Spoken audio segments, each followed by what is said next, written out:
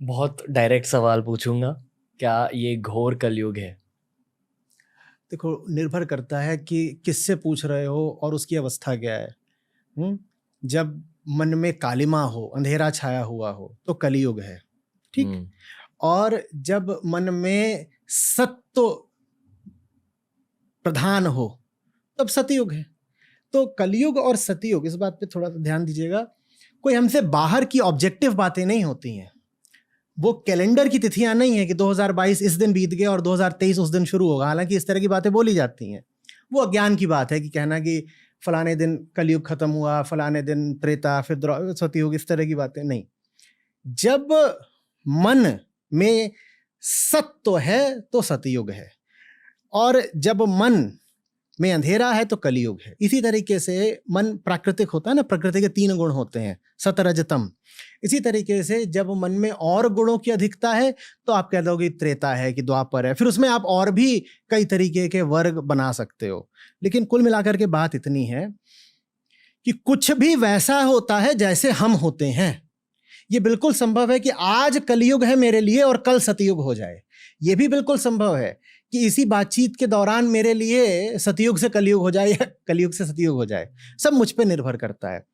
Spirituality, अध्यात्म, जिसमें आपकी भी रुचि है, वो प्योर सब्जेक्टिविटी का विज्ञान है। प्योर सब्जेक्टिविटी, सब कुछ मुझ पर निर्भर करता है। हर किसी के लिए अलग होता है। हाँ, और हर किसी को पहले देखना होगा कि वो अपने आप को जो अलग समझता है, उस अलग होने में भी कितनी सच्चाई है। ठीक है, आप अपने आप को भी अलग समझते हो, मैं अपने आप को आपसे अलग समझता हूँ। ये जो अलगाव है, जो भेद है, पृथकता है, ये इसमें भी कितनी सच्चाई है, इसको भी जांचता है, इन्वेस्टिगेट करता है अध्यात्म। ठीक है, तो जो साधारण आंख है हमारी, वो कहेगी कि ये रखा हुआ है यहाँ पर मग, ये मग रखा हुआ है, ठीक है, ये हमारी साधारण आंख कहेगी। अध्यात्म कहेगा ये मग किसके लिए रखा हुआ है, किसके लिए, माने किसके उपयोग के लिए नहीं। कौन है जो कह रहा है कि मग है? कौन है जो कह रहा है? सिर्फ उसी के लिए है ये, सिर्फ उसके लिए, जो इसका अनुभव कर पाए उसके लिए है। जो अनुभव ना कर पाए उसके लिए नहीं है। इस वक्त हम यहाँ पर बैठे हुए हैं, हमारे लिए ये एक अभी आनंद की घड़ी हो सकती है, हम आपस में बातचीत कर रहे हैं। मेरे पाँव के नीचे हो सकता है कोई छोटा सा जीव आकर के, कोई जीवाणु, बैक्टीरिया कुछ जाकर के मर रहा, उसके लिए आनंद की घड़ी नहीं है। तो हम यहाँ पर कहें कि अभी ये जो बातचीत हो रही है, देखो ये कितने हर्ष का विषय है। अध्यात्म तुरंत पूछेगा किसके लिए? शायद इन दोनों प्रतिभागियों के लिए हाँ, पर उस बेचारे जीवाणु के लिए ना। तो ये जानना जरूरी है, फॉर होम, फॉर होम। इसी तरह से कलयुग है किसके लिए? जो अज्ञान में है, जो अंधेरे में, उनके लिए निश्चित रूप से कलयुग है। जो अज्ञान में नहीं है उसके लिए नहीं है कलयुग।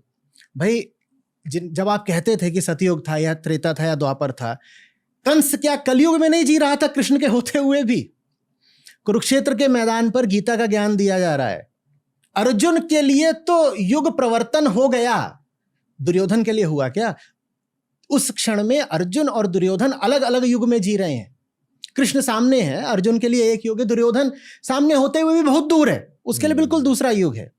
राम के सामने रावण, इतने सारे राक्षसनियां आपने रामायण में पढ़ा होगा, तो क्या उनके लिए वही युग है जो हनुमान के लिए है? नहीं, बिल्कुल भी नहीं। तो ये सब आप पर निर्भर करता है। अध्यात्म सबके लिए एक सी चीज नहीं बोलता। ऐसा नहीं है कि वन साइज फिट्स ऑल।